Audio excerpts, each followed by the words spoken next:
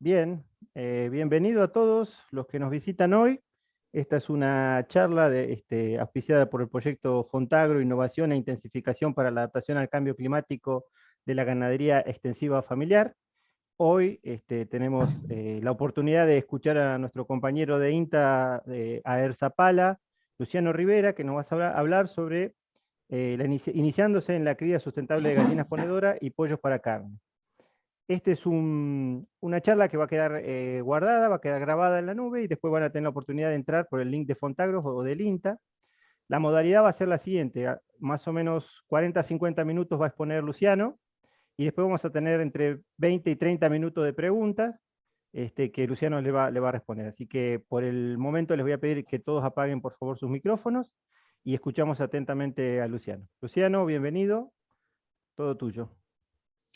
Gracias, Sebastián. Bueno, muchísimas gracias a todos los que están participando. La verdad que ha habido una muy buena convocatoria, participando gente de un gran, un amplísimo sector, tanto de aquí, de la región. Nosotros estamos aquí en Zapala, en la zona centro de la provincia de Neuquén, pero también mucho interés de participar de gente de los alrededores, de Cordillera, de aquí del Alto Valle, de la provincia de Río Negro y Neuquén, y también de otras provincias, incluso hasta de Chile nos llegaron demandas para participar, y la verdad que pensamos este espacio como un espacio para compartir también.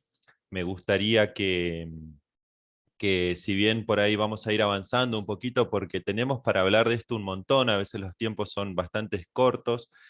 Me gustaría que de alguna forma, si se les van ocurriendo preguntas, de alguna forma las puedan ir o dejando en el chat o escribiéndolas, y después en la presentación yo tengo un ratito ahí al final como para volcar todas las preguntas y que podamos sacarnos dudas. También hay preguntas en común, así que hay temas de los cuales vamos a hablar, que son preguntas muy, muy comunes, así que las vamos a ir charlando. Seguramente se les van a ir ocurriendo, pero vamos a dejarlas para lo último las preguntas, porque por ahí, a medida que vamos avanzando, esas preguntas que les surgen en el inicio o en el transcurso de la charla, por ahí se van a ir sacando las dudas con lo que vayamos viendo. Así que bueno, los invito a compartir esta charla. La idea es, como decía Sebastián, trabajar siempre, pensar la actividad desde un lado también de la oportunidad que tenemos del aprovechamiento de los recursos genéticos locales, de las gallinas criollas, y ver qué particularidades tienen y cómo nos podemos adaptar también de acuerdo a nuestras necesidades a las diferentes alternativas productivas que nos brinda la actividad. No es lo mismo decidir hacer ponedoras a piso que ponedoras en jaula. Entonces ya ahí dentro de lo que son ponedoras tenemos dos cosas muy diferentes. Lo mismo pasa con los pollos para carne, y lo mismo pasa en el tema pavos, con el tema gallinas criollas. Así que vamos a hacer un poquito, vamos a ir charlando de todo esto un poco. ¿Mm?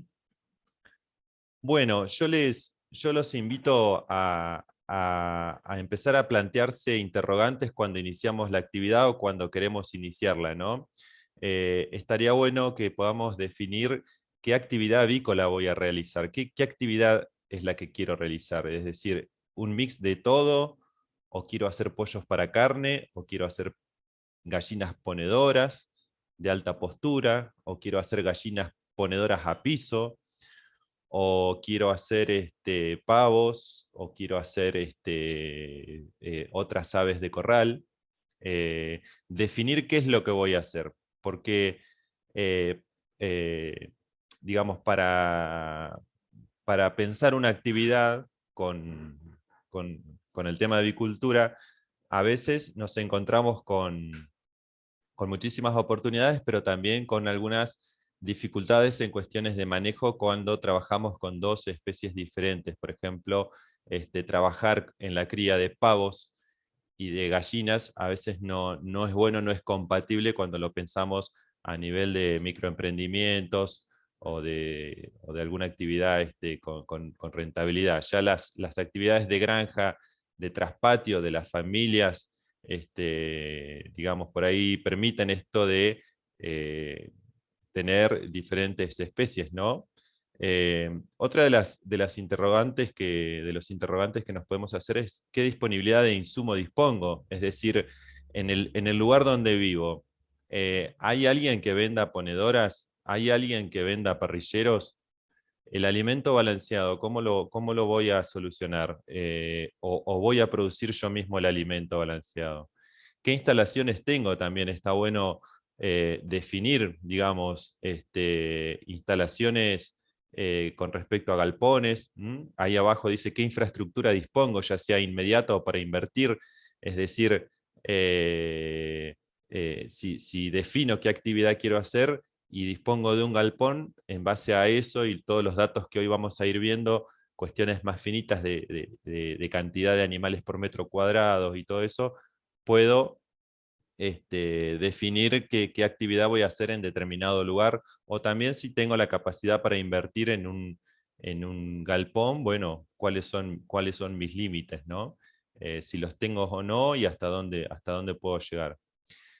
Y otra pregunta que nos hacemos por lo general en la actividad y que representa los mayores costos de producción es esto de los costos productivos, cuáles son los más relevantes, ¿no? Y cómo puedo minimizarlos. La actividad avícola es una actividad muy rentable, nos permite a nivel familiar, por ejemplo, con nuestras propias gallinas, a nivel familiar, con 10 gallinas, yo tranquilamente puedo optimizando los recursos, puedo llegar a lograr en promedio media docena de huevos por día.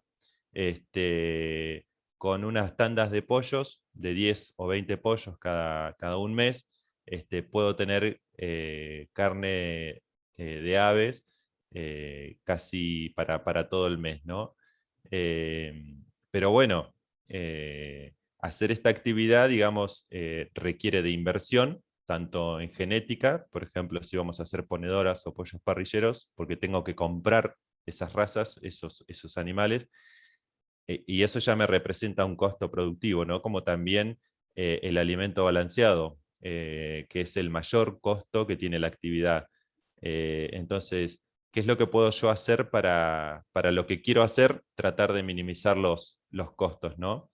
Hoy la idea es un poco apuntar a eso, a ver también, como vieron en la presentación y en el flyer que se difundió la capacitación, la idea también es aprovechar los insumos que tenemos para poder bajar los costos en nuestra zona, poder tratar de detectarlos, es decir, ¿tengo la capacidad de poder hacer yo el gallinero y no contratar a una empresa? Bueno, evaluarlo.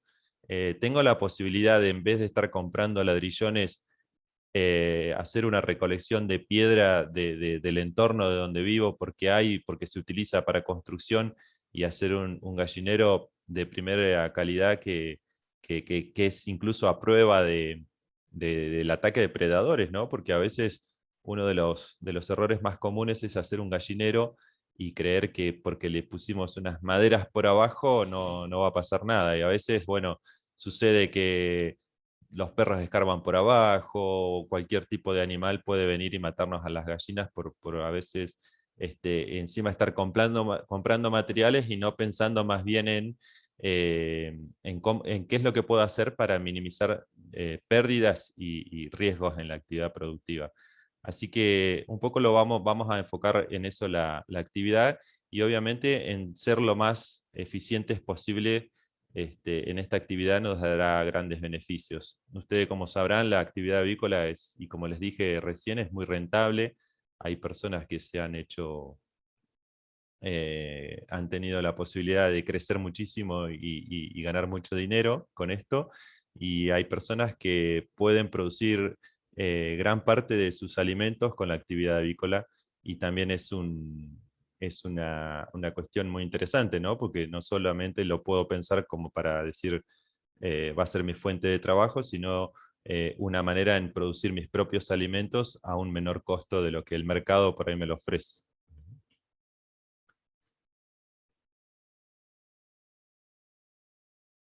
Bueno, ¿qué rol cumple el componente granja? Como por ahí haciendo una referencia y yendo un poquito en el tiempo, la actividad de granja siempre está presente en las producciones de granja en los sistemas productivos de la región. Digamos, nosotros en cada chacra que vamos o en cada campo al que vamos por nuestro trabajo siempre encontramos gallinas, pavos, cerdos. Y bueno, resulta que es una actividad rápida, accesible para iniciar de alguna forma. Tanto gallinas, pavos como cerdos es muy común en los sistemas de producción de nuestra región. Y el uso se debe a que aportan fuentes de proteínas como carnes blancas y huevos de una manera muy rápida, ¿no? En el caso de los pollos, estamos hablando de que podemos lograr pollos de más de 3 kilos en 45 o 50 días. Y eso es la posibilidad de acceder a proteínas de alto nivel proteico, como es la carne de pollo, a muy bajo costo, ¿no? O produciéndolas uno mismo. Eh,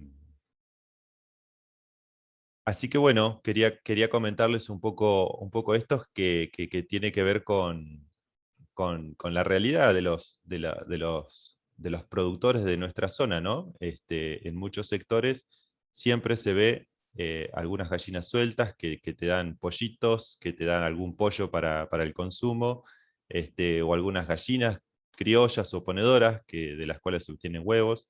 El tema de los pavos también es, por lo menos aquí en la provincia de Neuquén, una actividad muy relevante y muy demandante, muy convocante. Bueno, el origen de las aves, si bien podemos hablar de que en nuestro país hay hoy en día razas de gallinas, razas que se han logrado a través de los cruzamientos para lograr determinados productos. Algo muy particular en el tema de las gallinas, que es un nombre propio, que es este de achagual, ¿no? Eh, Esto está digamos, en el diccionario, digamos, es parte de la cultura ancestral en la que por ahí no tiene que ver con la llegada de gallinas de otros lugares, sino que hay escritos donde ya la gallina está descripta como preexistente a la llegada de la colonización, ¿no? Entonces esto, porque todas las razas de gallinas, por lo general que tenemos, las ponedoras, las razas de alta postura, no hay gallinas de ese tipo nativas aquí en nuestra zona, en la región. No son nativas de aquí, siempre vinieron de otros países, de otros continentes. Entonces, en el caso de las gallinas hay algo muy particular, porque bueno, está en el Mapuzungún el nombre de Achagual como un nombre propio, y que eso indica que las gallinas son preexistentes a las llegadas de la colonización. Bueno, nosotros en general siempre, digo nosotros porque a veces nos encasillamos en por ahí en cuestiones más técnicas en las que nos enfocamos en cuestiones productivistas y económicas, ¿no? Promovemos o trabajamos con animales en los cuales predomina elegirlos por su productividad, porque dan gran producción y porque son económicamente más rentables, ¿no?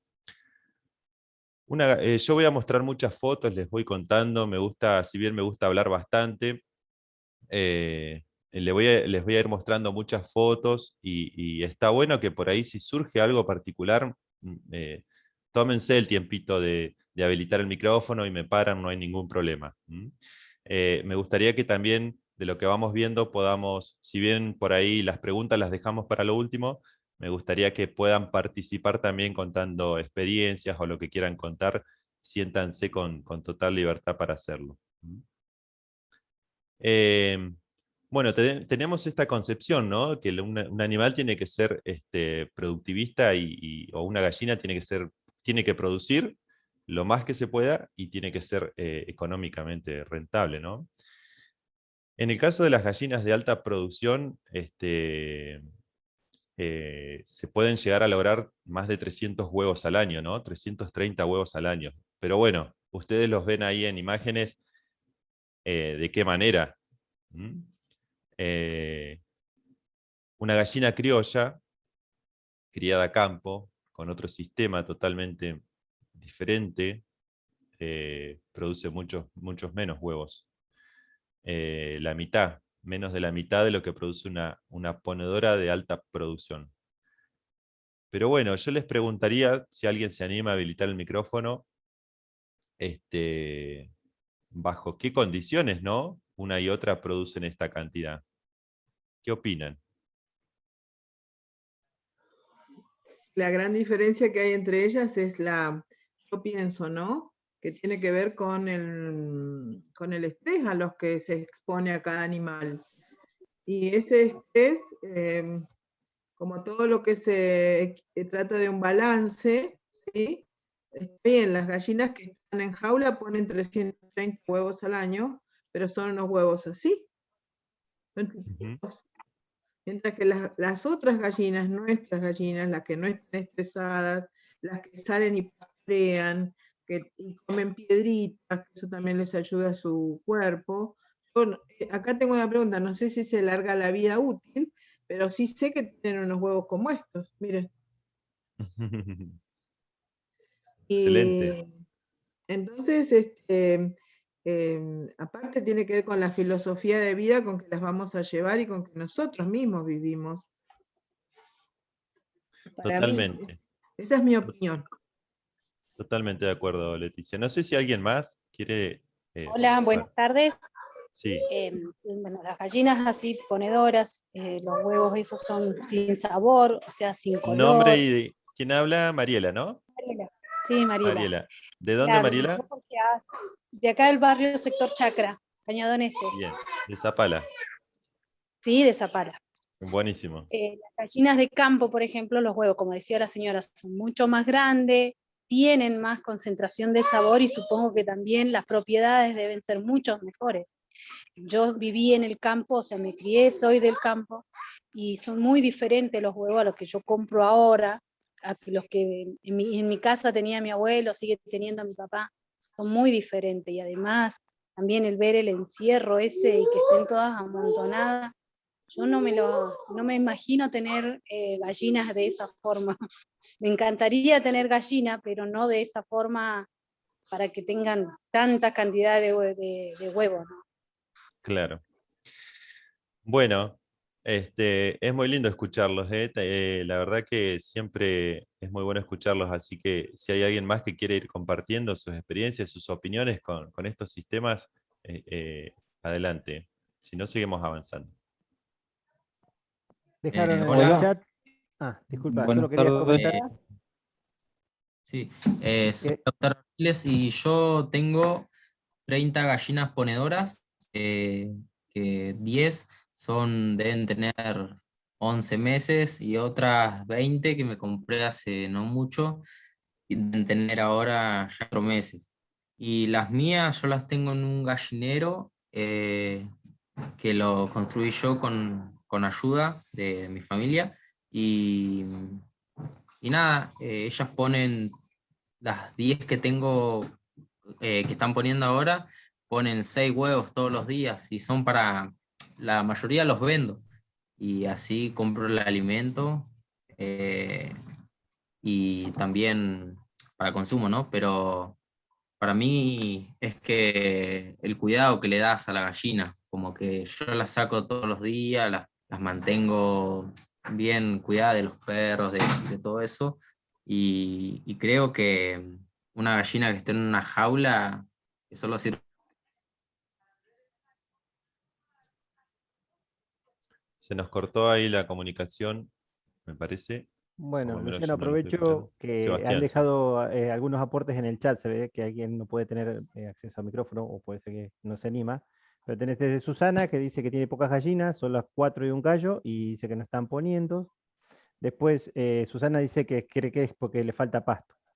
Después Paula dice que la diferencia entre esas dos fotos que vos mostrabas también tiene que ver con el bienestar animal. Ivana dice que tiene que ver con la calidad del producto obtenido también. Bueno, Susana vuelve a aportar diciendo que no la suelta porque tiene plantas, ¿no? Dice que no son Bien, ponedoras, son comunes. bien.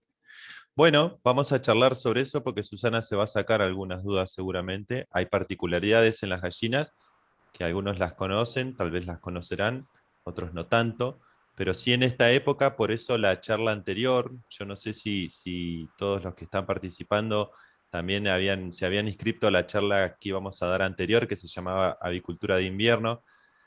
Bueno, por esto de la pandemia, yo justo por un contacto me tuve que aislar unos días y justo no pude darle esa charla y esta, como ya estaba planificada, continuamos con esta. Pero en la charla esta de avicultura de invierno, puntualmente hacíamos hincapié un poco en esto, ¿no? En lo que sucede en esta época del año naturalmente, que es la baja de horas de luz naturales, es decir, que los días se empiezan a cortar, es decir, amanece un poco más tarde y oscurece un poco más temprano. Ese acortamiento en la cantidad de horas de luz le genera estímulo lumínico negativo a las aves, por lo tanto van dejando de poner cuando se acerca el otoño-invierno, obviamente, por una cuestión natural. Así que, bueno, Susana tal vez estés transitando con esas gallinas criollas por esa etapa en la que las gallinas se toman como un descanso, como unas vacaciones, porque dejan de poner primero para reemplumarse, para sacarse las plumas viejas y emplumarse nuevamente, y ya cuando llega la primavera retoman la postura. En el caso de que sean gallinas de no más de 3, 4 años, ya cuando son gallinas más viejas, por ahí ese retomar de la postura se ve un poco más intervenido, digamos, más interrumpido, digamos, por ahí pueden ya después de muchos años algunas empezar ya a dejar de poner definitivamente. Bueno, vamos a seguir hablando y un poquito poniendo en valor los recursos genéticos locales, ¿no? También reconocer que nuestras aves criollas que hay en nuestros territorios, así cuando eh, eh, por ejemplo, yo les doy un ejemplo, acá viene mucha gente y nos consulta si vendemos gallinas criollas, eh, y nosotros obviamente no lo hacemos, porque las gallinas criollas son parte de la cultura que ha tenido cada sector, cada población, por cuestiones propias culturales y por métodos de selección propios, han ido definiendo qué animales tener, ¿no? Y eso es muy valioso. También por elección por colores, de acuerdo al comportamiento. Me ha tocado la oportunidad de viajar mucho en mi trabajo. Yo hace 20 años estoy acá en INTA trabajando con avicultura en el centro de multiplicación de aves, y he tenido la oportunidad de estar por muchos campos, muchas chacras, y me he sorprendido muchas veces, ¿no? Hay gente que ha seleccionado sus gallinas por colores, porque era la forma en la que las podían distinguir cuando salían a pastorear las gallinas, o porque eran los colores que a ellos les gustaban, o porque ese color estaba relacionado a una mejor producción de carne de las gallinas o de huevos. Entonces, digamos, tiene que ver con eso, ¿no? Los recursos genéticos locales. Y hay un equilibrio, decimos, con su fisiología. Son animales que no son exigidos fisiológicamente a cambios productivos, es decir, no están sometidos a encierro, a luz, están sueltos, como dice ahí abajo, se ejercitan, eligen en parte su alimentación y se los ve animales totalmente felices, contrariamente a ver un animal encerrado en una jaula de 40 por 40 donde conviven 3 o 4 gallinas, ¿no? Bueno, un poquito vamos a ya ir metiéndonos en cuestiones técnicas, productivas, vamos a ir conociendo un poco las diferentes alternativas productivas que nos da esta actividad, y cuando empezamos a hablar de lo que nos ofrece el mercado, ya saliendo un poco de lo que son los recursos genéticos locales, ¿no? Eh, eh, Empezamos a ver que en el mercado tenemos diferentes genéticas, ¿no? Que decimos por genética a la selección que se ha logrado durante muchos años para lograr un determinado ejemplar, y en el que se potenciaron sus cualidades productivas a través de la selección genética, ¿no? En el caso de las ponedoras, tenemos en el mercado varias razas de ponedoras, y en el caso de los parrilleros o pollos para carne, también el tema de los parrilleros resulta ser una alternativa bastante común y bastante accesible.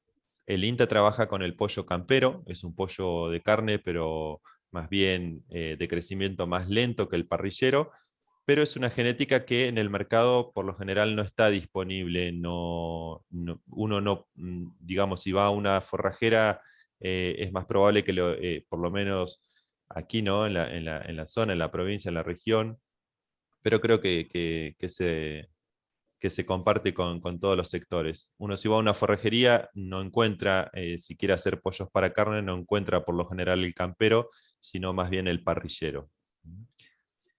¿Qué también nos ofrece el mercado? Instalaciones. ¿Por qué? Porque dependemos a veces, o dependemos o no, digamos, según nuestras elecciones, de comprar materiales para hacer un gallinero, para hacer el cerramiento, las chapas, ladrillos, si lo vamos a hacer de ladrillos.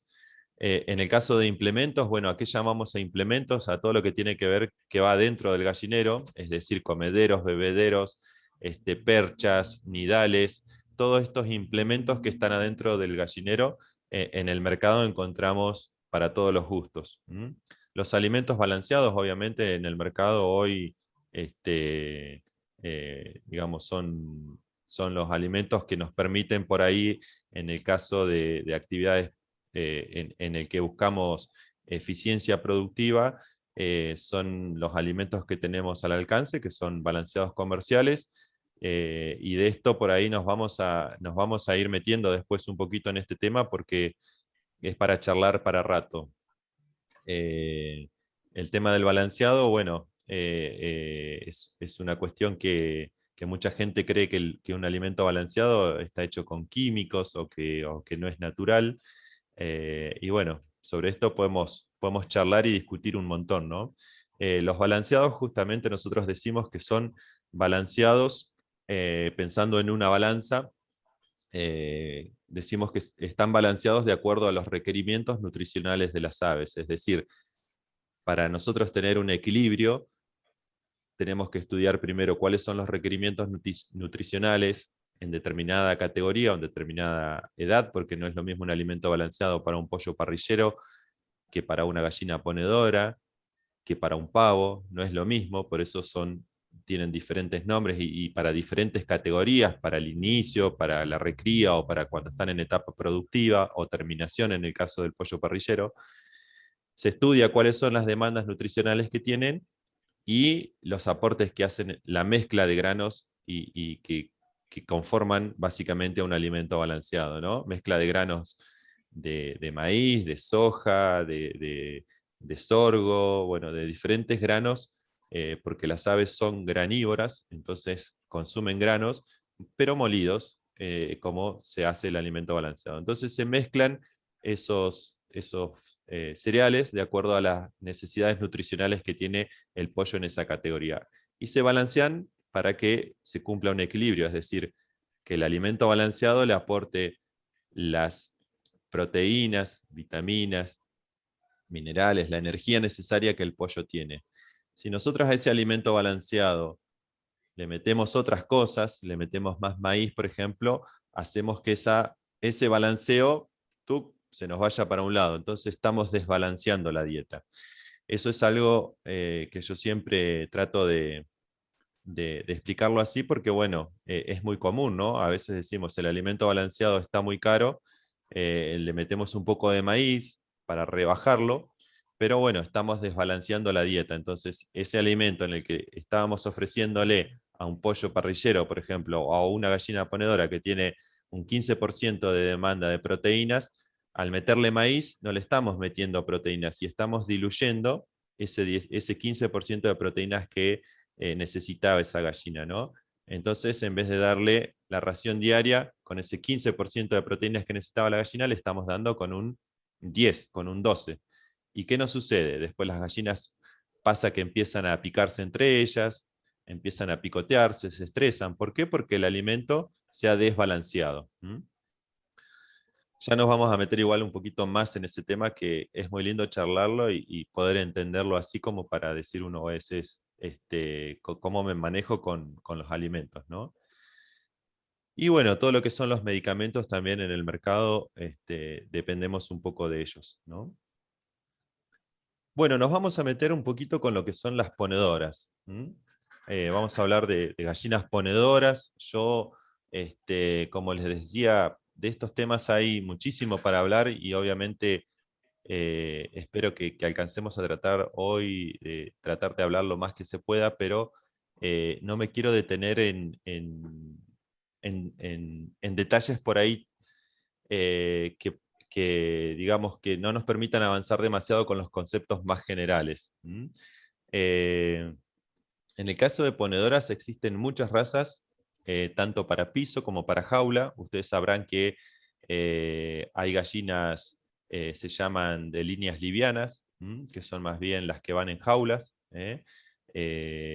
Por ahí tal vez hay gallinas que son creadas genéticamente para producir de esa manera, en jaulas, y que a veces, contrariamente, cuando se las compra y se las cría de otra manera, como por ejemplo a piso, resulta que son muy delicadas de las patas. Cuando los pisos tienen mucha concentración de amoníaco, se les agrietan las patas, se lastiman, sufren. Entonces por ahí nos debemos adaptar a veces con las ponedoras que elijamos, de acuerdo al sistema que nosotros vamos a tener. Una gallina más pesada, por ejemplo, una negra INTA, que es una ponedora que se produce en el INTA a través del cruzamiento de dos razas puras, no se adaptaría, por ejemplo, a un sistema de crianza en jaula. Es una gallina que necesita más espacio, caminar, moverse, gimnástica, que realice movimientos para que pueda tener una mejor vida y una mejor producción. Bueno, las más comerciales son las líneas de posturas híbridas. Por lo general, uno en el mercado no consigue líneas puras de ponedoras, es decir, si uno va en una forrajera, ve un cartelito o alguien le avisa que están vendiendo ponedoras, cuando uno va y pregunta qué ponedoras son, te dicen, por lo general, o son H&N o son las coloradas, y son híbridos. ¿Qué quiere decir eso? Que provienen de la cruza de dos razas puras, de dos líneas de postura, por lo general. En las forrajeras, o en los lugares, o en las granjas, incluso en las avícolas donde venden ponedoras, es muy difícil que encontremos que nos vendan líneas puras, es decir, por ejemplo, una Plymouth Rock barrada, que es una raza pura, o no sé, o cualquier otra raza que sea pura. Es raro que te las vendan. Más bien lo que se comercializa son los híbridos. ¿Y por qué creen que, si alguien se anima a responder, por qué creen que están estos híbridos en el mercado? Me gustaría escucharlos. Si alguien se anima. Hola. Sí. ¿Me escuchas? Soy Isabel. Isabel, te escuchamos. Sí, yo creo que los híbridos están en el mercado porque lo que hacen es entrecruzar varias razas puras y tratar de buscar, digamos, lo que más me conviene de cada raza de acuerdo a lo que yo quiero producir. Bien. Exactamente, sí, sí. En el caso de las ponedoras, se ha buscado con el hibridaje lograr esto que se denomina vigor híbrido, ¿no? Que es esta capacidad de que se logra a través del cruzamiento de dos líneas puras para formar un nuevo ser con características productivas superiores a sus padres. También, no solo lo productivo es lo que se potencia, sino también cuestiones que tienen que ver con mayor adaptación a los climas, o ser más rústicas. Bueno, para lo que lo que vayamos a decidir de trabajar con ponedoras debemos evaluar su rusticidad y adaptación a nuestro ambiente. Yo les diría, por ejemplo, sé que está participando gente de diferentes ambientes, ¿no? No es lo mismo pensar en una ponedora de jaula en plena cordillera que más bien en el valle o en otra zona, digamos, más cálida. Yo he tenido la oportunidad, como les decía, de ver incluso gallinas por diferentes programas de asistencia a productores y con tal de promover la actividad avícola, que se han entregado en algunas oportunidades, lo he visto yo, que se han entregado estas ponedoras como esa colorada que se ven ahí, que son las que se crían en jaulas por lo general, le han entregado a productores que viven en plena cordillera. Y son gallinas que no aguantan el invierno, que se les mueren, porque también las realidades productivas de esos productores a veces no son acompañadas con otras cuestiones que tienen que ver con mejoras de infraestructura, con mejores protecciones para estas aves, entonces no soportan esos ambientes tan extremos y no dan, o se mueren o no dan producción, ¿no? Entonces, no es lo mismo pensar en una gallina, una Leghorn, por ejemplo, que son las gallinas blancas, las que ponen los huevos blancos, que una negra INTA. ¿Mm? Bueno, A mí acá ya nos vamos... perdón, Sí, Sebastián, Luciano, a mí me gustan mucho para esta zona las negras INTA. ¿dónde estás, Leticia? En San Martín de los Andes, en San la base Martín. del Cerro Chapelco, por ahí andamos viviendo. Por el Bueno, frío, ellas son empluman rápido, reempluman rápido, y son muy, a mí me gustan porque también son muy contentas. Ellas son de charlar, pero son re totalmente. territoriales, ¿eh? Sí, sí, sí, yo digo, para mí, yo digo, a mí me causa gracia a veces observarlas, soy muy observador en esas cosas, y las negra INTA tienen particularidades tal cual lo describís, Leticia, son muy dóciles, se dejan agarrar, son muy buenas productivamente, incluso te diría, se denominan como de doble propósito, es decir, después de su ciclo de producción de 2 años, es una gallina que más bien tiene buena contextura corporal, entonces se puede aprovechar su carne. Hay otras gallinas que son las que van en jaula, por ejemplo, como la Leghorn, esa que les nombraba, o la H&N, que son las coloradas, o cualquier raza nuevas, porque también hay un montón en el mercado hoy en día, pero que por ahí son las que van en jaulas que, terminado el ciclo productivo de esas aves, por lo general se descartan, no se aprovecha su carne porque no tienen casi nada de carne, son Pura puro carcasa, esqueleto, pura carcasa, tal cual. pero igual son ricas. Una consulta. Sí, Samuel Altamirano, hablo de acá de Paso Aguirre. ¿qué tal, Samuel? Una consulta ¿cómo anda? ¿Las negritas INTA las producen ustedes?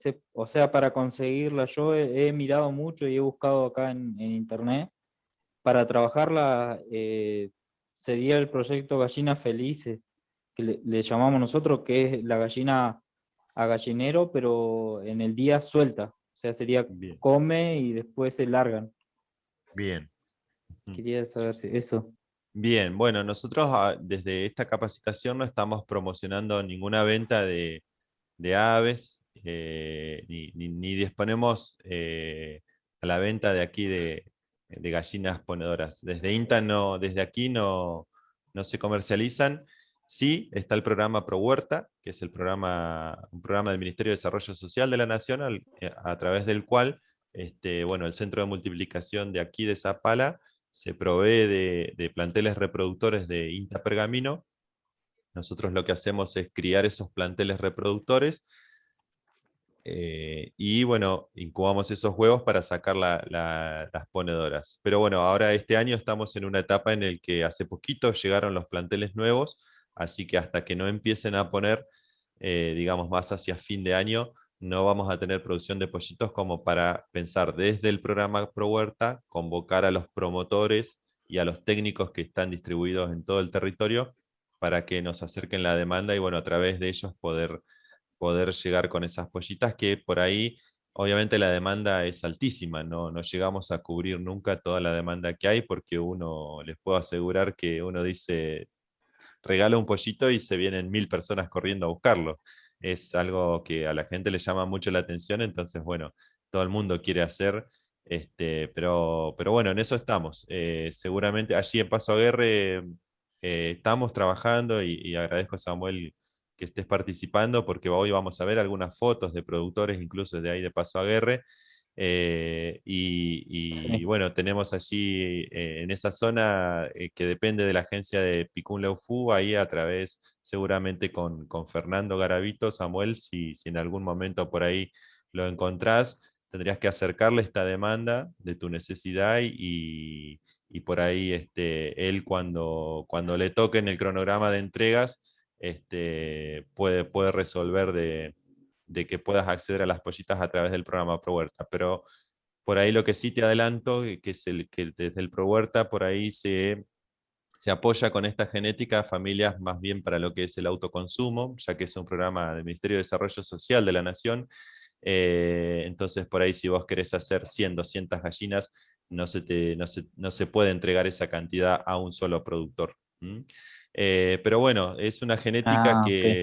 que se puede conseguir, está incluso en el mercado, por ahí hay que pensar en otras provincias, y que sí, es cierto, es muy buena, yo la he visto, es una gallina que puede andar bajo una nevada afuera, no se muere, no se congela, produce prácticamente casi todo el año, no necesita a veces en el invierno de que le pongamos luz artificial para que produzca, sino que la gallina mantiene un nivel de producción bastante continuo, bastante estable, así que bueno, es muy elegida por esas características y por su comportamiento. Son unas gallinas que son muy dóciles. Uno deja la puerta abierta de la casa y se suben arriba de la mesa a picotear, digamos, son bastante accesibles para el trabajo con ellas a diario. Eh, bueno, todas las ponedoras responden y necesitan de fotoperiodo, o sea, de manejo de luz artificial. ¿Por qué? ¿Qué sucede si tenemos en un galpón 2000 gallinas y las tenemos todas en jaulas y cuando empieza a llegar el invierno, las gallinas esas van a dejar de poner? Entonces necesitan sí o sí que se les haga un manejo de luz para de alguna forma, yo digo, entre comillas, ¿no?, engañarlas simulando la cantidad de horas de luz que hay natural para que esas gallinas, las horas de luz naturales que hay en la primavera-verano, ¿no? Es decir, en esta época, acá en la zona, tenemos aproximadamente 10 horas de luz naturales. Una gallina para estar estimulada necesita entre 14 a 16 horas de luz. En promedio podemos decir 15 horas de luz por día. Si nosotros tenemos 10, 12 horas de luz como mucho, digamos, naturales, esto hay que observarlo dentro del gallinero desde el momento en el que uno puede distinguir objetos o los animales dentro del gallinero hasta que ya no los puede distinguir más a la noche. Ese sería el horario que tendríamos de luz natural en el gallinero. Si tenemos entre 10, 12 horas y decimos que necesitan 15 horas, nos está faltando luz y entonces por eso es que a veces uno cuando viaja y ve por ahí en la ruta grandes galpones avícolas, los ve con los foquitos prendidos, ¿no? Es porque se les está dando luz artificial para que se simule de alguna forma la cantidad de horas de luz que hay naturales en lo que es primavera-verano y tengan un régimen de unas 15 horas de luz para estar estimuladas para la producción de huevos. También las ponedoras, obviamente, como es una genética seleccionada y que digamos, seleccionada en la que, con una selección en la que se ha buscado que básicamente pongan, ¿no?, que produzcan huevos todos los días, o casi todos los días. Sí. Para eso van a requerir de una calidad nutricional para su desarrollo y producción bastante alta, es decir, si vamos a trabajar con ponedoras, no podemos pensar en tener ponedoras criándolas solamente a maíz, por dar un ejemplo de utilizar un solo tipo de alimento, sino esa alimentación en esas aves va a estar acompañada, debe ir acompañada para que se exprese el potencial genético de esas aves de una excelente calidad nutricional. A mí me gustan a veces los autos, no sé si a ustedes les gustan, o los fierros, como decimos, pero yo siempre doy el ejemplo con algo parecido a esto, ¿no? Es decir, si comprarse gallinas ponedoras y no darle buena calidad de alimento es como que nos compremos, no sé, una Ferrari y le pongamos nafta común o querosén, ¿no?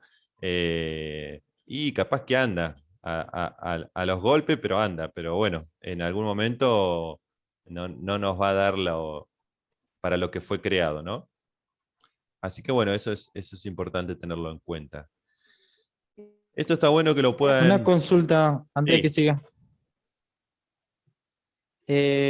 Por el tema de las horas de luz, ¿necesitan sí o sí? O sea, para la estimulación, si no se le da esa hora de luz, ¿por qué dejarían de poner? ¿Cuál sería el motivo?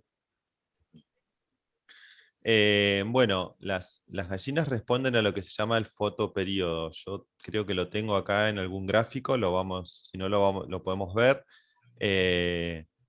Pero lo que hay que observar en esta situación es la edad de las gallinas. Si tenemos en esta época en la que estamos, ya entrando al invierno, ¿no? Donde los días se han acortado bastante.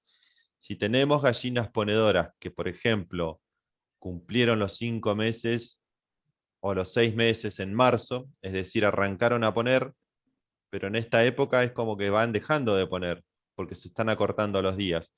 Bueno, en ese caso se puede utilizar la luz artificial sumándole cantidad de horas de luz artificial a la cantidad de horas de luz naturales que hay. Por eso te decía, debemos contar si hay 12, si hay 13 horas de luz natural o si hay 10 horas de luz natural, le agregamos la cantidad de horas de luz artificial hasta llegar a las 15. Es decir, si amanece, si hay luz dentro del gallinero a las 8 de la mañana y a las 8 de la tarde ya está oscuro, tenemos 12 horas de luz. Necesitamos 15, tenemos que agregarle 3 horas más. Lo que podemos hacer es que se prenda el foquito con un aparatito eléctrico que es un timer, que es un programador económico, sencillo, en el cual lo enchufamos al toma corriente y desde ahí sacamos el enchufe, el cable con el que va a ir el foquito al gallinero. Agregamos 3 horas de luz artificiales que las podemos agregar, por ejemplo, a la mañana más temprano. Si está amaneciendo a las 8, a las 7, a las 6, a las 5 de la mañana las podemos hacer que se prenda el foquito todos los días para que las gallinas reciban ese estímulo lumínico y que se apague después de las 8, ¿no? 8 y media de la tarde, 8 y media de la mañana, que ya se apague para que ahí continúen las horas de luz naturales. No sé si se entiende, Samuel. Sí, sí, ahí quedó claro. No me había quedado muy claro por qué era el tema de la luz, pero ahí está, gracias. Bien, si las gallinas no tienen, si las gallinas, digamos, las gallinas, si son ponedoras y en esta época están empezando a dejar de poner, es directamente relacionado al estímulo lumínico, es decir, a la cantidad de horas de luz que hay, y tiene que ver con eso y no con el frío. O sea que una gallina puede estar muy calentita, muy bien alimentada, pero si no tiene estímulo lumínico, tampoco no va a producir como podría. Bueno, ya nos vamos a ir metiendo con estos datos. Acá hay más números, algunos datos más como para que puedan ir el día de mañana si tienen que hacer un emprendimiento o si lo tienen que hacer para ustedes mismos, pueden con estos datos ir sacando algunos números. Ahora los vamos a ir viendo en detenimiento uno por uno. En el caso de las ponedoras, cuando en estado adulto necesitamos de unos 100 a 120 gramos por gallina por día de alimento balanceado. Es decir, que esa gallina, para cubrir sus necesidades nutricionales y para producir un huevo, va a necesitar de 100 a 120 gramos por día en estado adulto.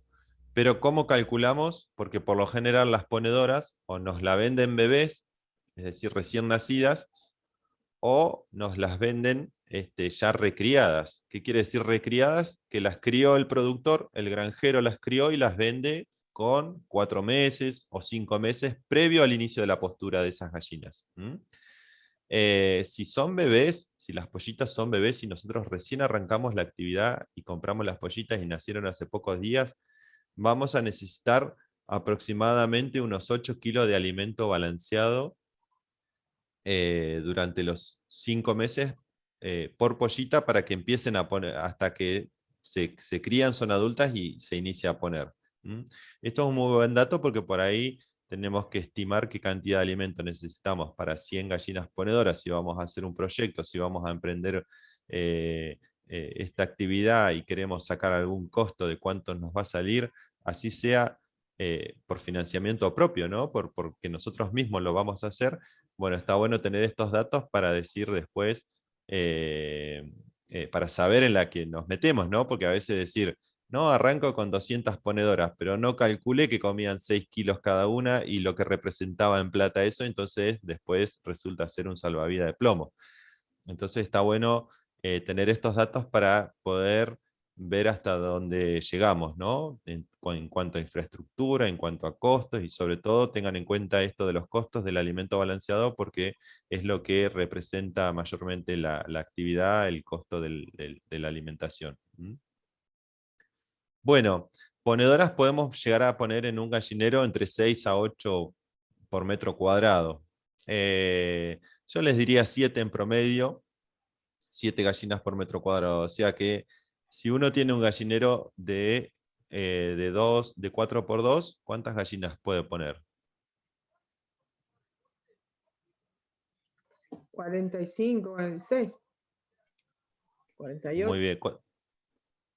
Decíamos, de 4 por 2 son 8 metros cuadrados, 7 por 8, 56 gallinas más o menos podemos meter en ese espacio, ¿no?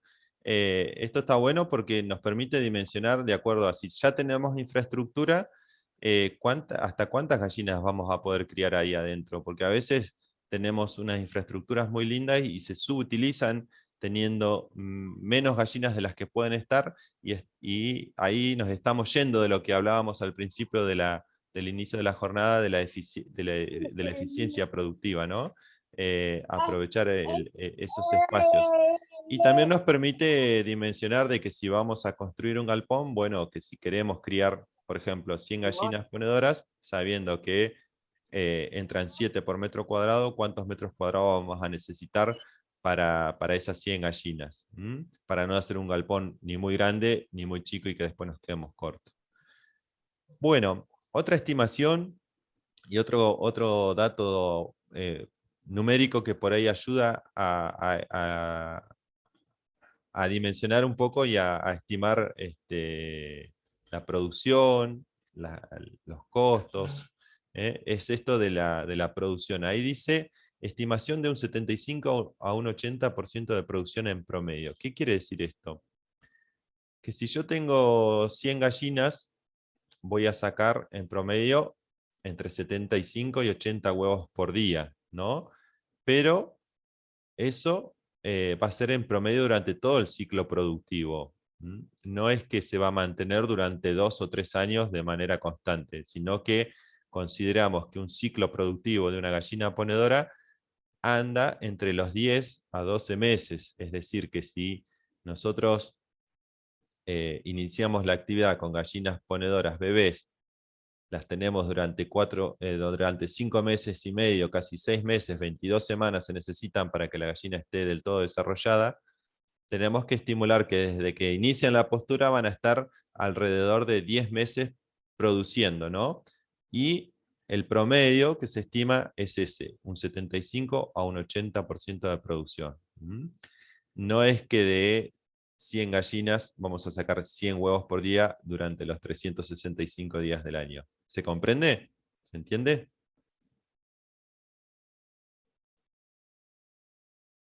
Bien, los que hablan por ahí acuérdense de activar el micrófono porque por ahí hablan y no los escucho.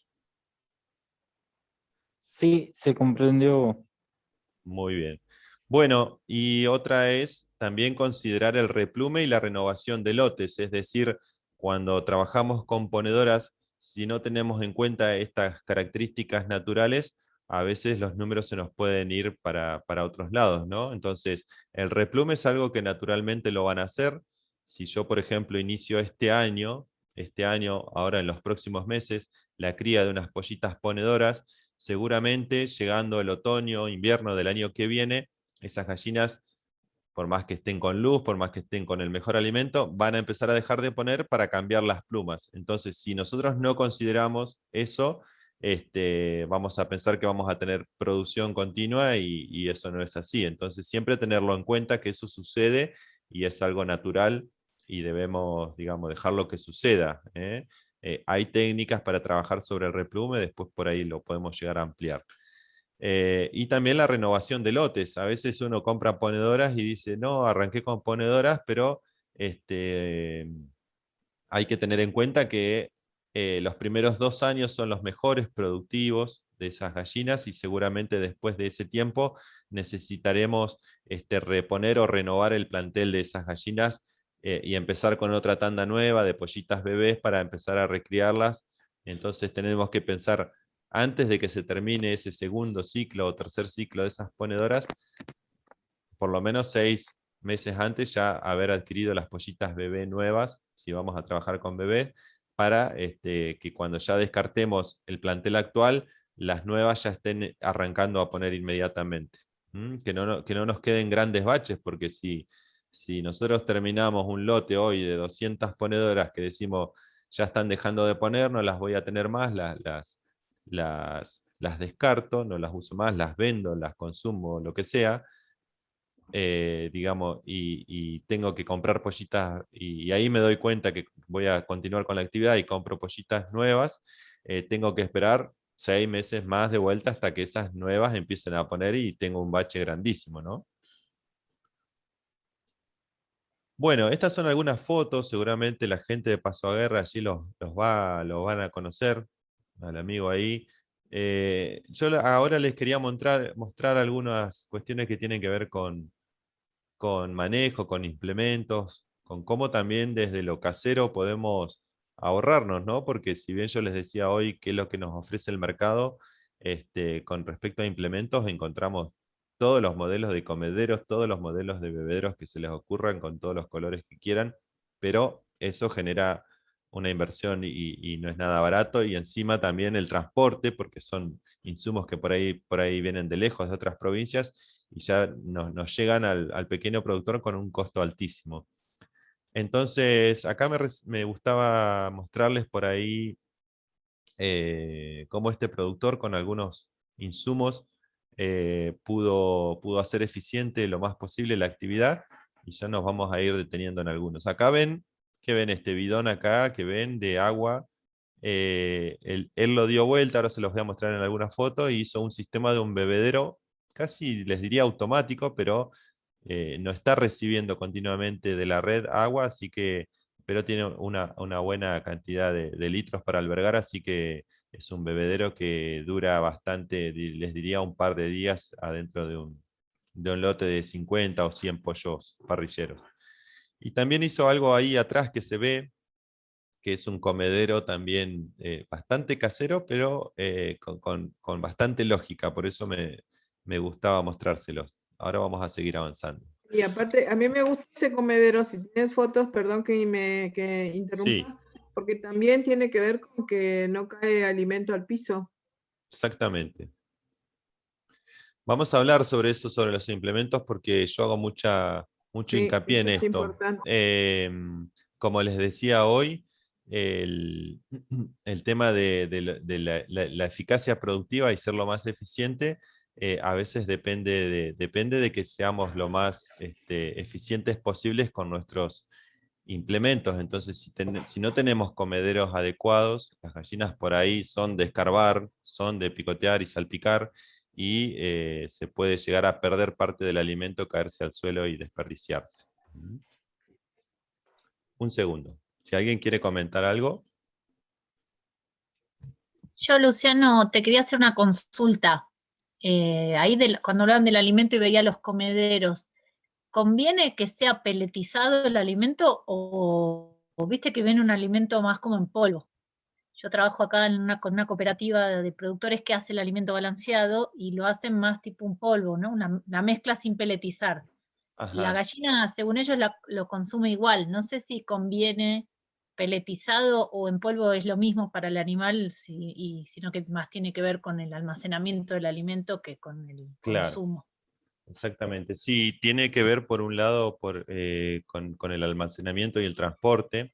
Eh, yo te diría que yo los he probado todos, o sea, en polvo, tipo harinas y peleteado, y tiene que ver con el acostumbramiento de las aves. Yo te diría que si vos criás un lote de ponedoras o de pollos parrilleros, incluso también es lo mismo. Si vos criás una tandita de ellos y los criás desde bebé con el alimento tipo harina, digamos, todo molido, todos los granos mezclados, partidos y mezclados, el pollo se acostumbra a eso, y el día que por ahí no encontraste ese alimento y le cambias el alimento, le das uno peleteado y lo ve como algo muy raro, y por unos días no lo va a consumir hasta que, bueno, el hambre pueda más, ¿no? Porque en definitiva es lo mismo, no cambia nada en su composición. Pero tiene que ver con una cuestión de acostumbramiento y de palatabilidad. Le decimos nosotros, viene de paladar, y tiene que ver con que al animal le sea cómodo en el paladar consumir ese tipo de alimentos. Pero se acostumbran. Si vos lo crías desde chiquito con el alimento, sí, para la categoría inicial siempre viene molido, pero ya después para categorías un poco más en desarrollos vienen por ahí de alguna forma peleteados, primero con una granulometría más chiquita y después más grande para cuando son adultos. Si se acostumbran al peleteado, lo van a comer al peleteado, y capaz que después te pasa lo mismo. Si un día te quedás sin alimento y vas y buscas y conseguís en polvo, lo van a ver medio raro. Pero es más difícil que se acostumbren del alimento molido al peleteado que al revés.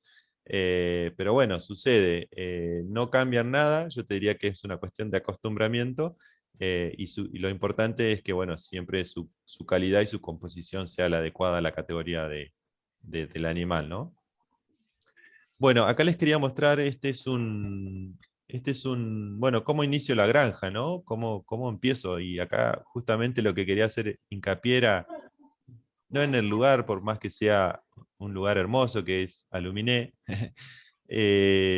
sino cómo empiezo, y desde las bases, ¿no? Un buen gallinero tiene que tener una buena base, digamos, en su construcción, porque de esta forma, con estas piedras que ven ahí, que son piedras que sacamos de ahí mismo, de la montaña, digamos, hacemos como un encadenado de arrastre, diríamos, en construcción, en albañilería, pero con lo que hacemos con esto acá es evitar porque después acá lo vamos a ver en otras fotos, se tira cemento y después a partir de ahí empieza la construcción hacia arriba, o con ladrillo o con piedra, ¿no? Eh, si acá no hiciéramos esto y pusiéramos tablas directamente, tablas clavadas acá a los postes, cualquier animal puede venir, escarbar un poquito y ya pasar por abajo, o las mismas gallinas, a veces si no le hacemos piso de cemento adentro del gallinero, cuando se echan y se escarban, ellas que se bañan en tierra, pueden llegar a desgastar tanto el piso que a veces pueden pasar fácilmente por abajo. Así que bueno, esto es una buena cuestión a tener en cuenta, ¿no? No es por el peso que se va a construir acá dentro del gallinero que se le hace este tipo de encadenado de arrastre, porque no sería necesario por el poco peso que tendrían las paredes, sino más bien tiene que ver con una cuestión para proteger Seguridad. a las aves del ataque de los predadores, ¿no? Así que, bueno, así se puede empezar, ¿no? La importancia de las instalaciones radica en que sean a prueba de predadores, como les decía recién. Ahí se ve un poco más avanzado el gallinerito en la foto de abajo, ya con el material ahí dispuestos para empezar con las paredes y todo eso. Elección del lugar para instalar el gallinero. ¿Qué es lo que debemos considerar para decir, bueno, si voy a hacer un gallinero en el predio que tengo? Bueno, ¿qué es lo que tengo que tener en cuenta, ¿no? Primero, elegir el lugar es muy importante, porque debemos siempre disponer el gallinero tanto de acuerdo a la incidencia del viento, como también al recorrido del sol, y también, bueno, la ubicación dentro del lugar, que no sea un lugar donde se inunde, por ejemplo. No tenemos que hacer un gallinero en un bajo de un predio, donde por ahí corre agua y pueda pasar por el gallinero o cerca del gallinero. No debemos elegir lugares húmedos, porque los estados de humedad alta dentro de los gallineros propician por ahí la reproducción de algunas enfermedades. Así que bueno, siempre el gallinero adentro debe estar seco, limpio y seco, ¿no? Sobre todo seco. No es bueno pensar la avicultura con los pisos de los gallineros. Si van a ser a piso las gallinas, bueno, tienen que tener sí o sí una cama aislante de viruta para que esté siempre seco. ¿Mm? Y también la ubicación, es decir, la orientación que le voy a dar. Siempre se busca, como dice acá, que el frente sea la parte más alta, el frente del gallinero que sea la parte más alta del gallinero, o sea que tenga caída hacia la parte trasera.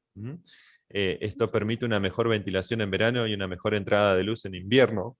¿Por qué? Porque el ventanal del frente es el más grande y en invierno por ahí el recorrido del sol es más corto, y está bueno que pueda entrar un poco de sol durante el invierno adentro del gallinero. Bueno, una cortina corrediza ofrece mejor protección durante las noches frías o cuando hay viento. En el frente de los gallineros se puede hacer con viejas bolsas de alimento. El mercado ofrece también una rafia particular para esto, para hacer una cortina, y es muy bueno para cerrar el frente, el ventanal del frente del gallinero, para cuando hay vientos muy fríos o lluvia, obviamente, o nevadas, para que eso no ingrese por ese ventanal. Bueno, el alambre del frente y de la puerta debe ser del tipo pajarero, del tipo gallinero, es decir, el hexagonal, el hexagonal pequeño, no el romboidal. El tipo romboidal no se recomienda porque permite la entrada de otras aves al gallinero, como los gorriones. Es decir, si nosotros hacemos el gallinero y le hacemos el ventanal, pero no ponemos un alambre chiquito, van a entrar otras aves, y eso, bueno, nos juegan muy en contra, les diría, porque los gorriones, cuando vienen en bandadas así, se comen grandes cantidades de alimento balanceado, así que eso, y también nos traen enfermedades, nos traen parásitos como los piojos. Los gorriones son los pajaritos que más piojos por lo general soportan, así que son muy de contagiar fácilmente a las aves, y de comerse grandes cantidades de alimento balanceado sin que a veces no nos demos cuenta o lo dimensionemos. Entonces también se deberán tapar los orificios, como los que quedan entre las chapas y las clavaderas. Tapar y ser lo más hermético posible el gallinero. Digo hermético con respecto al ingreso de otras aves. Solamente el gallinero debe permitir el alojamiento de las gallinas. Estos son algunos modelos con los de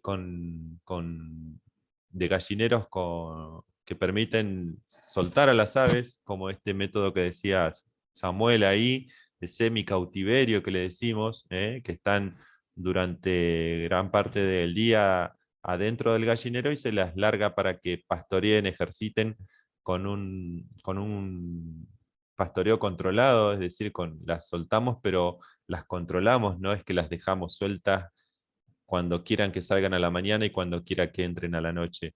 Eso lo debemos manejar nosotros, sobre todo para concentrar la producción de huevos si son ponedoras dentro del gallinero, y no que si las soltamos se vayan a poner a otro lado y por ahí se puedan perder los huevos.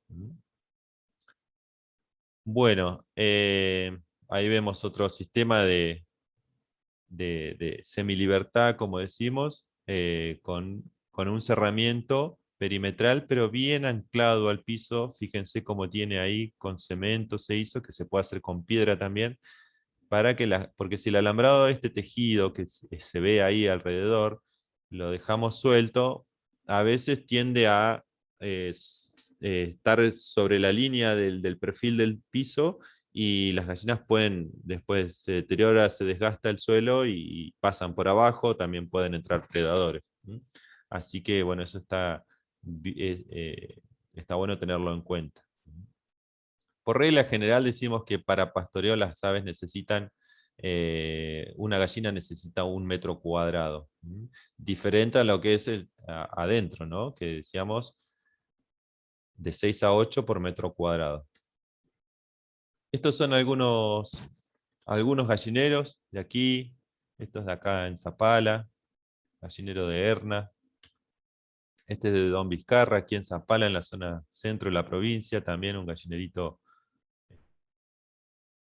que se hicieron con unos proyectos especiales del programa Pro Huerta, los construyeron ellos mismos y tuvieron en cuenta todos estos factores. Fíjense que está bien cerrado, tiene alambre perimetral aquí, pero el de gallinero en el frente y siempre bien tapado todas las aberturas de madera y todo eso para que no entre ninguna otra gallina.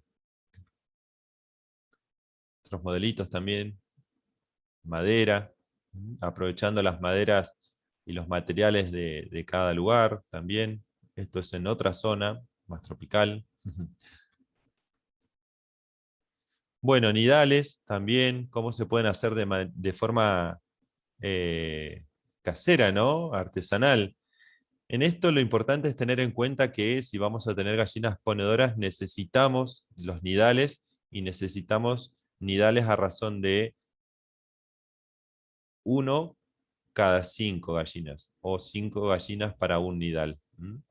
Si hacemos menos, por ahí se van a meter varias juntas en un nidal a poner y eso sucede que si hay 2 o 3 en un mismo nido, y a veces sucede por más que tengamos las cantidades necesarias, pero a veces sucede porque eligen mejor un lugar que otros, puede ser de que tengamos más pérdidas de huevos porque se rompen, porque los pisotean, porque los ensucian con bosta. Entonces, lo importante en los nidales, siempre que vamos a construir el gallinero, dentro del gallinero el nidal tiene que estar no sobre el ventanal, digamos, sino más bien sobre el fondo, como está acá, que tengan, digamos, de alguna forma privacidad. Yo por ahí a estos nidales que ven acá, por ejemplo, le pondría una tapa por arriba para que estén más oscuros. Las gallinas suelen elegir los nidales para poner los huevos que por ahí más reservados son. Por eso a veces se meten 2 o 3 juntas en un mismo nidal a poner todas en ese mismo lugar los huevos. Aquí, por ejemplo, se ve que le da mucho el sol, y fíjense que el pasto está como que ninguna gallina se metió acá, y en los otros sí, en casi todos que está más oscuro, hay huevos. Así que bueno, eso también tenerlo en cuenta. Bueno, acá veíamos esto de Paso Aguerre, como el señor hizo con un bidón de agua y un caño de PVC, lo cortó así en 4 y le abrió las puntas con un poquito de calor y se las torció como se ve acá abajo, acá en esta otra imagen que están ya doblados, y los puso sobre un plato que los engancha justo ahí, llena el bidón, les pone el caño y lo engancha justo ahí, y le hizo ahí como un corsé, no sé, como una atada ahí con goma y cintas, y lo cuelga de alguna forma, lo tiene medio colgado, para que no se vuelque dentro de él. Y aquí se ve lo importante, perdón, me olvidé de esto de los bebederos, lo importante que siempre bebederos y comederos, como también se ve aquí en la foto, siempre estén regulados a la altura que el animal puede aprovechar mejor, incluso no desperdiciar el balanceado. Si nosotros tenemos el bebedero muy abajo, en el piso, digamos, cuando el pollo ya está alto, no es lo mismo la altura del bebedero para un pollito bebé, recién nacido, que para un pollito de 1 semana, que para un pollito de 1 mes y que para un ave adulta. Siempre debemos regular esa altura y a veces nos descuidamos eso, y eso, bueno, puede influir en que al ave le cueste tomar agua. Recuerden que las aves no tienen lo que se llama el paladar blando, que es la capacidad de poder tragar, empujar lo que ellos toman. Entonces necesitan siempre de esa, como decimos, a veces le agradecen a Dios, ¿no? Vieron que levantan agua y levantan la cabeza, eso permite que por la gravedad baje. Si el agua está muy abajo, el animal le cuesta mucho más levantar el agua para poder tragarla. Con los bebederos también, con los comederos también, si están muy abajo, por ahí son de meter las patas, subirse o escarbar, porque por ahí tienen instintos selectivos de buscar, de elegir qué comer y qué no. Sobre todo lo hacen cuando están llenos. Pero acá fíjense que esto es un viejo plafón de un caño, de un tubo fluorescente, que el productor lo utilizó como comedero, pero tuvo una cuestión ahí muy particular, por eso la foto, porque le puso por arriba un rollo de cartón, ¿lo ven ahí? Y bueno, todo eso está atado con alambres y colgado. Esto sucede, si el productor no le hubiese puesto este rollo de acá de cartón ahí arriba, los pollos estarían todos arriba del comedero ahí porque les encanta, es como una hamaca para ellos. Estarían todos subidos ahí, el alimento estaría lleno de materia fecal y se desperdiciaría un montón. Entonces, fíjense cómo con muy bajo costo y de una manera muy sencilla, él trasladó un poco cómo debe manejarse un comedero, ¿no? Que evite que las aves se suban arriba. Hay otros comederos así con este mismo sistema que son de madera, están colgados, que se hacen como cajoneras a lo largo, con tablas de madera, y se les pone arriba un caño tipo de escoba, un palo tipo de escoba, flojo, para que si el animal, el pollo, la gallina, se sube ahí arriba, bueno, pierde equilibrio y se caiga, y no perchea ahí, no tiene que estar ahí arriba, no es un lugar para que estén ahí percheando. Percheando es como cuando naturalmente las aves descansan, reposan, se suben siempre, naturalmente lo hacían en los arbustos o en los árboles, pero dentro del gallinero necesitamos ofrecerle una percha. Bien, vamos a ir metiéndonos. Si alguien me puede decir el horario, porque de acá no Sí, lo puedo ver. Luciano, te iba a decir eso. Estamos con poco tiempo. Bueno, Lamentable, porque está muy linda la charla. Yo lo que te pediría es que trates de terminarla por una cuestión del tiempo que tenemos para grabar. Es eso. bien, Entonces, bien. si en 20 minutos como mucho pudieras terminar, así alcanzamos a dar unos 10 minutitos de pregunta y tenemos que cerrar después. Eventualmente cerramos No hay la, problema. la Le grabación metemos, y le metemos perfecto. rapidito con esto, que es muy lindo por ahí tenerlo en cuenta, sobre todo cuando vamos a hacer pollitos bebés. Bueno, los lugares, cómo alojarlos, ¿no? Si tenemos una piecita, un lugar, un galponcito donde los vamos a alojar a los pollitos, siempre redondear el lugar, no hacerlo en el lugar cuadrado. ¿Por qué? Porque si no los pollitos a veces tienden a amontonarse y así se producen las pérdidas y las mortandades, ¿no? Y después otra cosa importante a tener en cuenta dentro de lo que es el corral de cría, que es este cerco que se les hace acá, con una base con viruta, con una fuente de calor que es la campana, es importante tener una buena distribución de los implementos, es decir, comederos y bebederos alternados, que no estén los comederos por allá y los bebederos por acá. Y siempre en el mismo lugar. Si lo sacamos al comedero, este rojo, lo sacamos para llenarlo de alimento nuevamente, lo ponemos en el mismo lugar, no lo ponemos abajo de la campana. Eso es muy importante porque el pollito va recibiendo lo que se llama imprinting, que es ese aprendizaje que tiene de la mamá, de la gallina, que le enseña dónde comer, dónde tomar agua, se lo tenemos que dar nosotros. Y eso es una muy buena técnica para que los pollitos vayan aprendiendo dónde se ubican los implementos y dónde están los refugios, dónde está la fuente de calor. Ahí vemos también algunos pollitos, esos acá, pollitos parrilleros con comederos adecuados para los pollitos bebé y bebedero también adecuado para el pollito bebé. Cuando el pollito ya empieza a crecer, ya el bebedero trae este sistema para poder colgarlo y el comedero se reemplaza por el tipo tolva. Ese bebedero, yo les diría que ahí, por ejemplo, está un poco bajo. Lo ideal siempre es buscar la altura ideal del bebedero, tendría que ser la mitad entre el pico y la base del cuello del pollito. A la mitad de esa altura tendría que estar el nivel del agua. Si lo revisan, bastante altito, así que tienen que regularlo siempre a esa altura. Y bueno, lo importante de mantener siempre el bebedero bien limpio. Ahí vemos un corral de cría bastante bien planteado, con una cerca, con una correcta distribución de los implementos, comederos y bebederos. Estos de madera, como los que les decía recién, tienen un palito arriba que se mueve, entonces el pollito se sube ahí, el palo gira y se caen, porque si se quedan ahí siempre llenan de bosta dentro del comedero.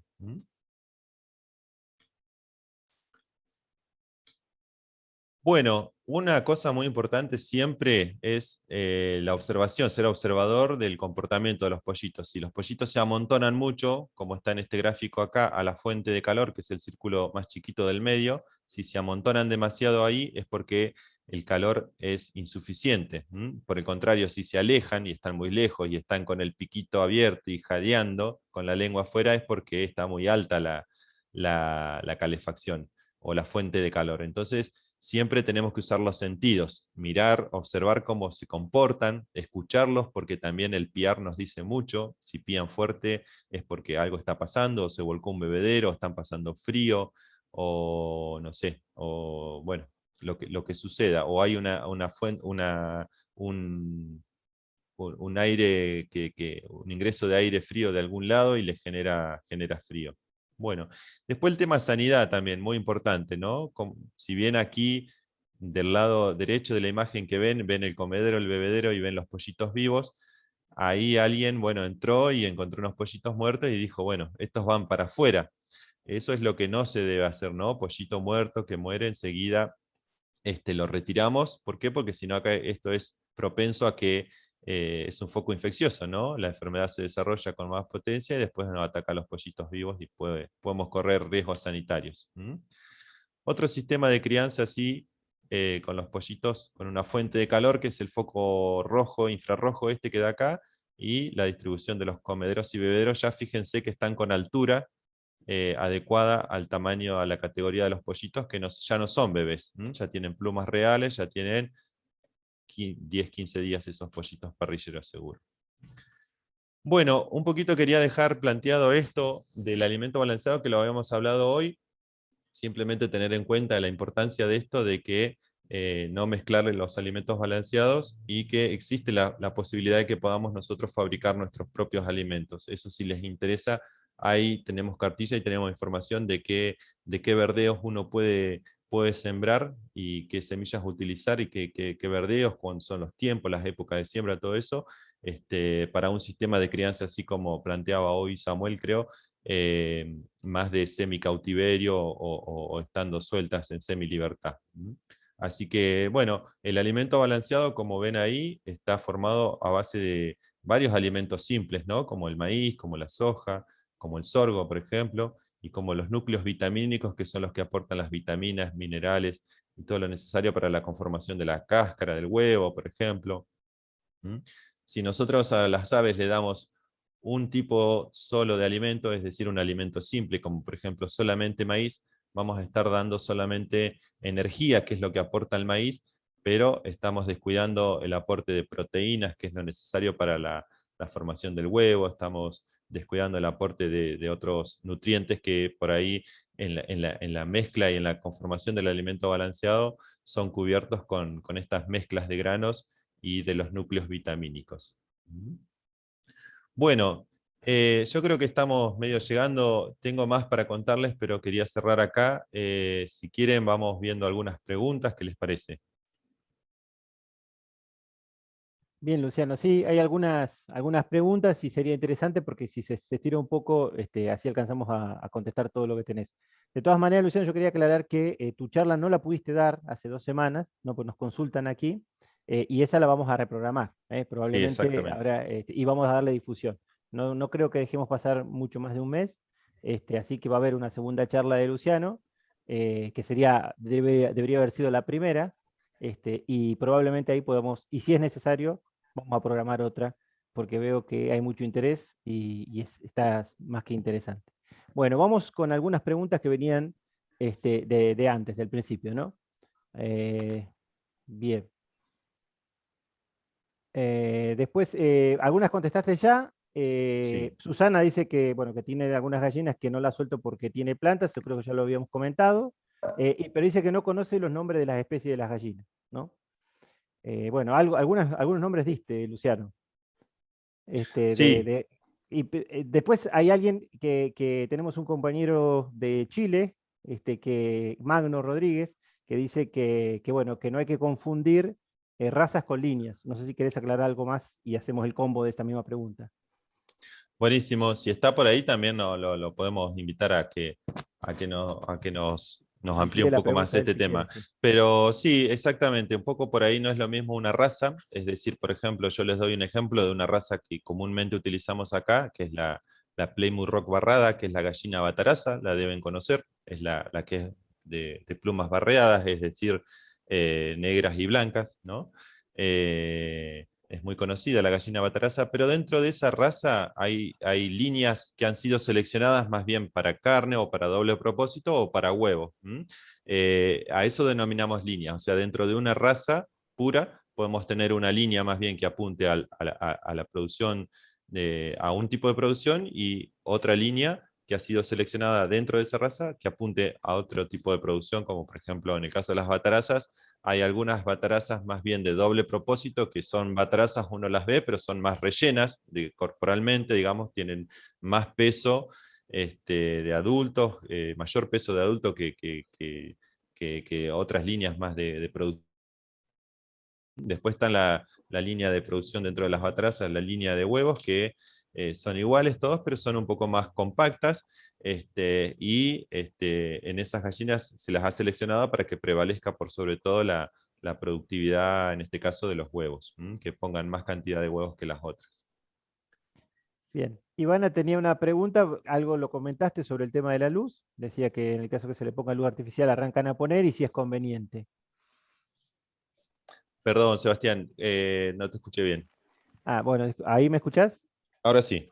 Bueno, lo que Ivana hizo una pregunta que vos parcialmente contestaste, ya lo dijiste creo, pero bueno, lo volvemos a hacer. Dice, si se le pone artificial arrancan a poner y si eso es conveniente. Ujú. Bien. Bueno, el tema de la luz, nosotros tenemos una cartilla sobre el manejo de la luz, es una temática muy amplia y en la que por ahí nosotros hemos dado capacitaciones y hemos estado hablando todo el día puntualmente de lo que es el manejo de la luz.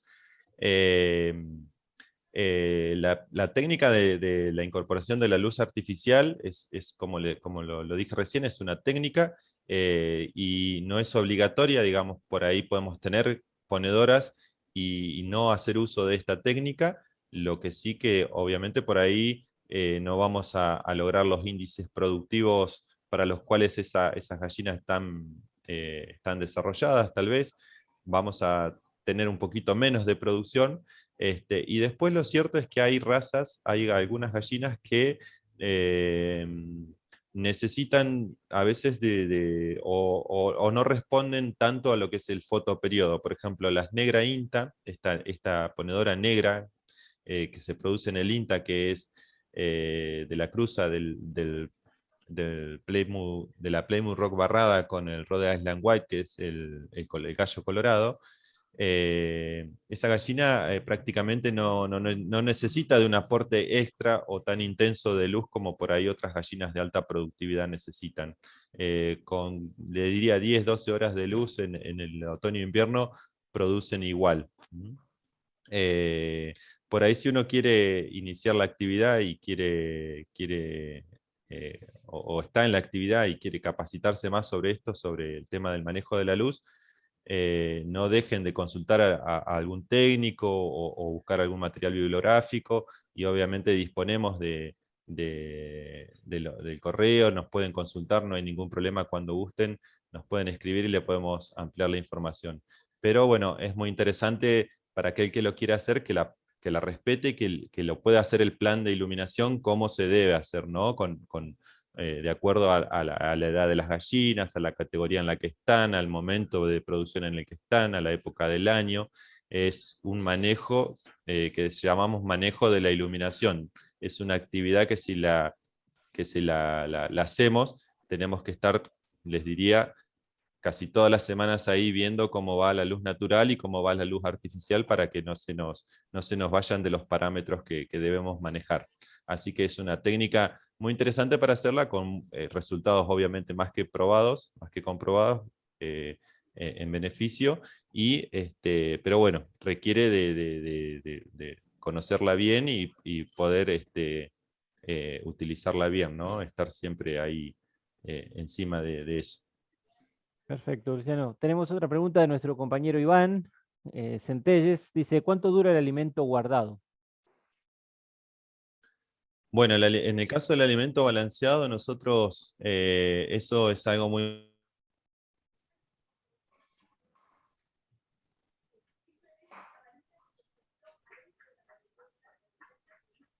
Uy, se cortó, parece. Esperemos que vuelva.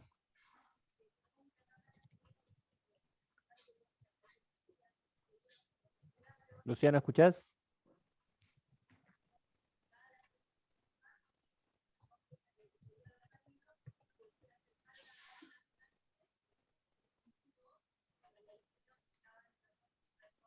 Bueno, parece que se nos ha cortado. Algo podemos decir, yo trabajo en nutrición, no en pollos, pero sí con otros animales, y normalmente la duración del alimento balanceado viene especificada en cada lote, ¿sí? Entonces eso es fundamental cuando compramos el alimento balanceado, mirar la fecha de vencimiento. Eso es como la leche, como cualquier producto que compremos. Luciano, ¿pudiste volver? Estás muteado. Tenés cerrado el micrófono. No sé qué había pasado, se cortó y entró solo de vuelta. Bueno, Bueno, yo estaba tratando de hacer tiempo y avanzar, pero contestaba bien. la pregunta. Bien, sí, no, bueno, esto de no dejar pasar por ahí mucho tiempo con el alimento balanceado porque se degrada fácilmente, más sobre todo cuando el alimento está partido, que el grano por ahí al estar partido se expone más a desintegrarse o al ataque de algún agente externo, ¿no? Pero yo también me quiero detener en algo que es importante cuando nos proveemos de alimento balanceado. A veces uno puede decir, bueno, hasta 2, 3 meses puedo conservar el alimento, pero cuando trabajamos con grandes cantidades de animales, no sé si tan grandes tampoco, le diría 50 pollos, parrilleros, por ejemplo, a veces compramos alimento a granel, decimos, o grandes cantidades de bolsas de alimento.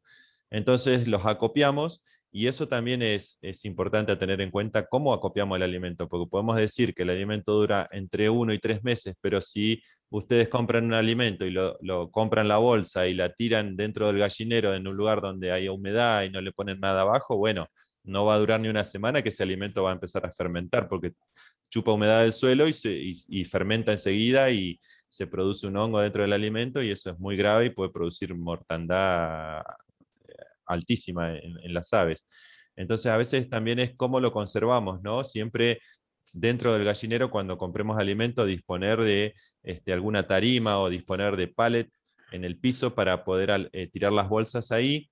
Y cuando nos proveemos nuevamente de alimento balanceado, si nos llega el camión o nos llega la forrajera o fuimos a comprar una chatada de, no sé, 10 bolsas más, bueno, terminemos hasta la última gota del alimento que nos queda de la tanda anterior. No abramos una bolsa nueva y dejemos una bolsa de las viejas para darle en otro momento, porque por ahí ese descontrol no nos hace que estemos dándole alimentos viejos a veces a las aves. Bien, Luciano, otra pregunta sobre medicamentos, sobre sanidad, ¿no? Dice, ¿qué medicamentos se les da a las gallinas? Bueno, si quieres hablar algo cortito sobre eso. Buenísimo, sí, medicamentos yo le diría plan sanitario para nuestra región, no pensamos en lo que es producción de autoconsumo o a escala familiar, no pensamos en un plan sanitario complejo, sí yo les diría, que era lo último que me faltaba ahí en la presentación para contarles, sí yo les diría lo que se puede hacer es 2 veces al año, es decir, cada 6 meses se puede hacer una aplicación de un antiparasitario. Y para esto podemos utilizar, por ejemplo, hay una cuestión muy común que aparece en los gallineros, sobre todo en los sistemas que por ahí las largan mucho las gallinas, que es esta sarna o esa costra que les aparece en las patas a las gallinas, ¿no? Esa costra que una vez las ve tan desarrollada que no pueden ni caminar a veces. Bueno, eso es un ácaro, por ahí está muy relacionado a lo que es digamos, una parasitosis, entonces por ahí lo que se puede aplicar es un antiparasitario externo, como por ejemplo la ivermectina. Es muy buena utilizarla la ivermectina, la misma que se usa para ovinos, con 0,1 mililitro, no hace falta que lo inyecte, simplemente le pueden poner una gotita, le abren el pico y le ponen una gotita en el pico, y eso va a hacer que esas costras empiecen a caer rápidamente y la gallina se pueda recuperar. Después, antiparasitarios internos, se puede utilizar alguna piperacina, por ejemplo, que son muy comunes, son antiparasitarios por ahí más, le decimos de amplio espectro, que son conseguibles en cualquier veterinaria y forrajera. Piperacina, eso se puede utilizar cada 6 meses como preventivo para no tener problemas de parásitos en las aves. Siempre que lo usemos, bueno, leer los prospectos, ver en el tema de la etiqueta, en el caso de que sean ponedoras, respetar los tiempos de no utilización o sea, de no utilizar los huevos, y recomienda ahí durante los días que dice para no consumir esos huevos con restos del producto que estamos aplicando. Eh, y Bien, con después, respecto a eso, te comento una cortita nada más. Pregunta si hay alguna edad específica para algún medicamento. Algo ajá. comentaste recién. Bueno, nosotros siempre recomendamos que los pollitos cuando se compran, cuando los compren, que exijan que, bueno, que vengan vacunados ya de la planta de vacunación, porque es obligatorio por ahí que en los lugares donde los produzcan, los vacunen contra Marek, contra Newcastle, así que esos cuando se provean de pollitos pueden preguntar al lugar qué tipo de vacuna tienen y si están vacunados al momento de nacer contra la enfermedad de Marek y contra la de Newcastle, que es obligatorio en nuestro país. Bueno, ya digamos, se saca, digamos, no van a tener demasiados problemas. Después, digamos, de la crianza de esos pollitos, en el caso de que sean parrilleros, no necesitan ningún medicamento, no necesitan ninguna vitamina ni nada extra si el alimento y el manejo es el adecuado. No necesitan un antiestrés. Esto se los digo así porque a veces uno va a la veterinaria y le dicen, llévate este sobrecito que es muy bueno porque no les produce estrés a los pollos. Y no, los pollos no necesitan de eso, porque no hay nada mágico. En realidad, si el estrés, si no si es minimizado desde el manejo, digamos, los pollitos no tienen por qué estresarse, y si la alimentación es la correcta y la adecuada, ¿no? Así que por ahí a tener en cuenta eso, porque también pasa mucho con la oxitetraciclina, que es un antibiótico de amplio espectro que tiene vitaminas y es recomendado así en bajas dosis como un antiestrés. Yo no lo recomiendo hasta que no aparezca alguna cuestión sanitaria, porque es un antibiótico, porque si no se generan también, se genera como una resistencia después a las bacterias por la presencia de ese antibiótico, y digamos, y después es más grave, ¿no? Así que no lo recomiendo utilizar hasta que no aparezca una enfermedad en el caso de la oxitetraciclina. Después, perdón, algo casero que pueden utilizar que es muy bueno para sacar los piojos de las aves es utilizar un cajón con ceniza, un cajón de fruta, que lo pueden conseguir en la verdulería. Le ponen cartón por dentro y le echan bastante ceniza de madera, de algún fuego que hagan por ahí, le juntan esa ceniza y se la echan al cajón. Las aves se van a ir a bañar ahí adentro y lo abrasivo de la ceniza las despioja bastante, y eso es un buen método casero, natural para despiojarlas. Anda muy bien. Bien, También Luciano, sí, perdón, lo último, la cal es muy importante, utilizar cal dentro del gallinero, pintarlo, hacer pintura de cal en un tacho con cal, le ponen agua, lo mezclan bien, y eso lo pueden pintar dentro del gallinero, y también cada vez que limpian los pisos del gallinero, rasquetear bien, retirar todos los restos de bosta, materia fecal, y tirar cal nueva, cal de construcción, y después la viruta, y la cal, bueno, va a generar un medio alcalino que por ahí no se reproducen virus de bacterias, ¿no? bien, excelente, Y Luciano. una Por una cosa, cuestión de tiempo, lamentablemente, vamos a cerrar. Voy a dejar de grabar. Vamos a continuar después con algunas preguntas, pero voy a dejar de grabar en este punto. Antes de eso quería decir que, bueno, la dirección de correo de Luciano la puse abajo, ¿sí? Es rivera.luciano@inta.gov.ar, ¿sí? Entonces, quienes quieran comunicarse directamente con Luciano pueden hacer el correo directamente ahí. Dicho esto, agradecemos mucho a todas las personas que han estado presentes, mucho la atención, muchas gracias Luciano, y damos por cerrado la grabación de esta charla. Vamos a seguir continuando sin grabar. Bueno.